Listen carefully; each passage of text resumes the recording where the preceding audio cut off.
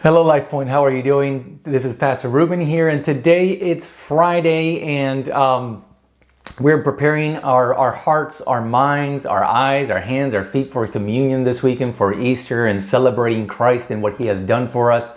And so before we get into today's topic, I want to take just a couple of seconds to apologize for yesterday's devotional that never made it online. We had some technical difficulties there, and so I'm bringing two ideas together today that are very close that I was going to separate, but today we're bringing them together. So today we're talking about our hearts, we're talking about our minds. There's so much that we feel constantly every single day. There's so much we process, we think about. There's so much information around us and so many things happening constantly that at times it's overwhelming. At times we don't know what to believe. At times we don't even know what to feel. And you might have gone through these last 2 years with just now feeling this fatigue, this emotional fatigue, compassion fatigue, just not wanting to take more on and not knowing how to process what is on your plate already. And so I believe that today's thought can help us navigate through those seasons or those moments in life. As a matter of fact, what we're going to talk about today can help us in every season of life. We're going to talk about 3 Bible texts today, and let's get started. The first one's found in Psalms chapter 26, verse 2, where the psalmist says, "Test me, Lord, try me, examine my heart, examine my mind." Interesting concept here where David is looking up to God and saying, "God, examine me. Check my heart, check my mind. I need you to filter out the truths and the lies. I need you to separate those things from me because right now I don't know what's what." In our day-to-day lives, it's interesting that when we go to the doctor, dentist, when we take our car to the garage or do any important thing like that, there's usually a analysis or examination that's done. There's usually this trial period to try to figure out what the reality of the situation is, to see if there's any issues or problems, because if there is, they want to get to the root of them. Spiritual life is no different. We have to go through these seasons, and it's encouraged to go through these seasons where we examine our hearts and our minds, because at times we're feeling and receiving so much that we can be confused or what we're receiving and what we're processing us. Instead of bringing us closer to God, it might be leading us away from God. And so today's a good opportunity to say, "God, I want you to examine my heart. I want you to examine my mind." At times I have thought this to be kind of a scary thought, because there's things that we think, there's things that we feel that we want no one to know about. We are at times afraid that if anyone would know what we were thinking, or if they knew what we were feeling, maybe they wouldn't like us anymore, maybe they wouldn't love us, maybe they wouldn't want to be close to us. So here's the awesome thing about God, that He knows all of our thoughts, and He knows all of our feelings, and He still loves us. So there's nothing that God could see inside of us that would lead Him away from us. As a matter of fact, in knowing everything about us, He still comes after us. And so today, by inviting Jesus into your heart or to your mind, it's not going to lead Him away from you. It's the contrary. He's going to be closer to you. He's going to bring intimacy and closeness with God, and there'll be growth. Now, sometimes that revelation might bring pain, because there'll be things about us that we don't want to confront or deal with. But if we're allowing Him to examine, we're also allowing Him to heal. We're also allowing Him to give us courage and strength to deal with those heart or mind issues.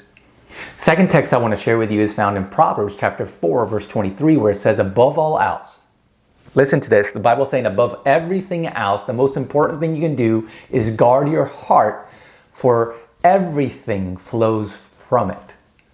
In other words, the Bible is inviting us to place a filter over our hearts to protect it from everything that we feel and everything we deal with on a daily basis. So it's no different than our daily life as the previous text, right? We place insurance on our cars, on our homes, on our rental properties. We put insurance on anything that we could put insurance on, because we don't want to deal with the aftermath of something being broken or stolen and not having an alternative plan for it. So if the heart is the most important thing we have, what insurance policies or what guards can we set around it to protect it from everything that we constantly experience? So how are we protecting our hearts today? How are we protecting our minds? If everything flows from our heart, how can we protect it today so that good things come from our heart, so that life comes from our heart, so encouragement and hope and faith come from our hearts.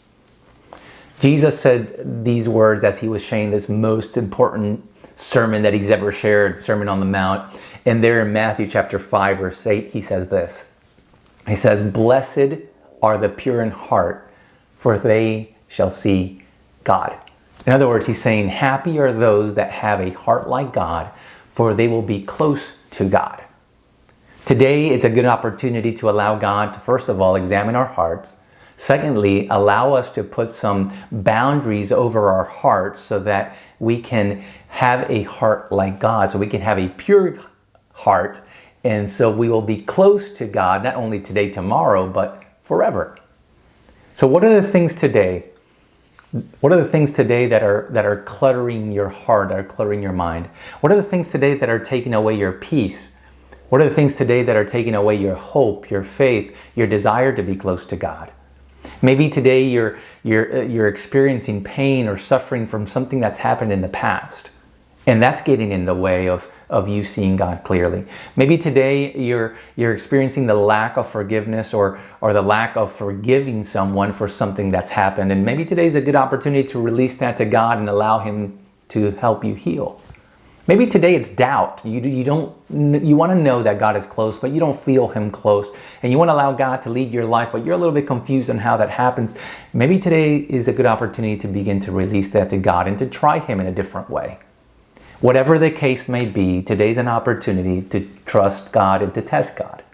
Today's a good opportunity to just go over some Bible texts and pray and just ask God like David did and say, God, just examine my life. I want to be close to you. I want to be on the right path. Just examine my life. I promise you that if you do that, and if you do that with an open heart and an open mind, God will show up.